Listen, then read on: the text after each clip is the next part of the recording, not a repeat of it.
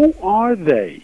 Are they these extreme conservatives who are right to life, pro-assault weapon, anti-gay? Is that who they are? Because if that's who they are, and if they are the extreme conservatives, they have no place in the state of New York. Because that's not who New Yorkers are. That from about a week ago. New reaction now to the firestorm on those remarks by the New York Governor, Democrat Andrew Cuomo.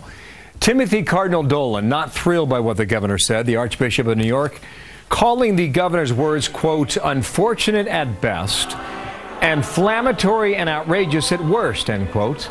The governor's office saying that his words were distorted. They stand by that, and that he was only saying that New York's too moderate for an extreme right-wing candidate to win across the state. What does Ed Cox, chairman of the New York State Republican Committee, think about all that? Ed, welcome back here to our program here. Good to be with you, Bill. You were here 48 hours ago, 2 days ago, and you were calling for an apology. Have you gotten it? No apology, and in fact, he's doubled down on the remark. He has called a leading journalist in Albany, who happened to be critical of him, an extreme conservative. He didn't, and he had his counsel write that in a letter. His counsel, his lawyer, that's a threat to that leading journalist. This amounts to real bullying of people he does not like. It's intolerant.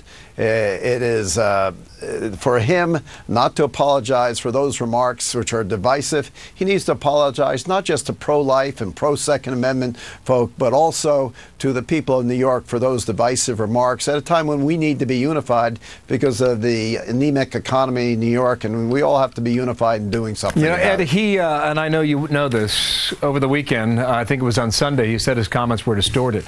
I know you fundamentally disagree with that characterization. But you also said 2 days ago, if there is no apology, that means the governor means what he says. Exactly. You still think that? He's tried to explain and say, well, I was only talking about Republican extremists.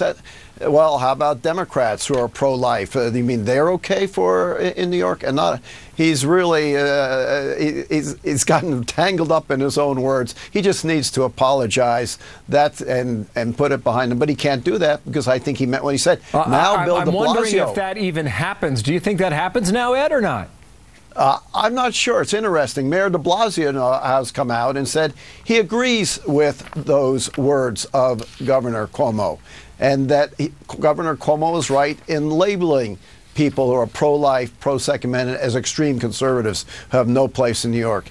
I think it's putting the Mayor de Blasio is now putting the governor in a place where if he apologizes, he's at political risk to the left wing of his party. He ought to do the right thing. Forget the politics of it, Governor. Come out and just apologize. That's what you should do. It's almost a week later. What did you think of the Archbishop's comments? I've read a few of those a second ago, calling it unfortunate at best, inflammatory and outrageous at worst. He also went on and said the extremists are really on the other side.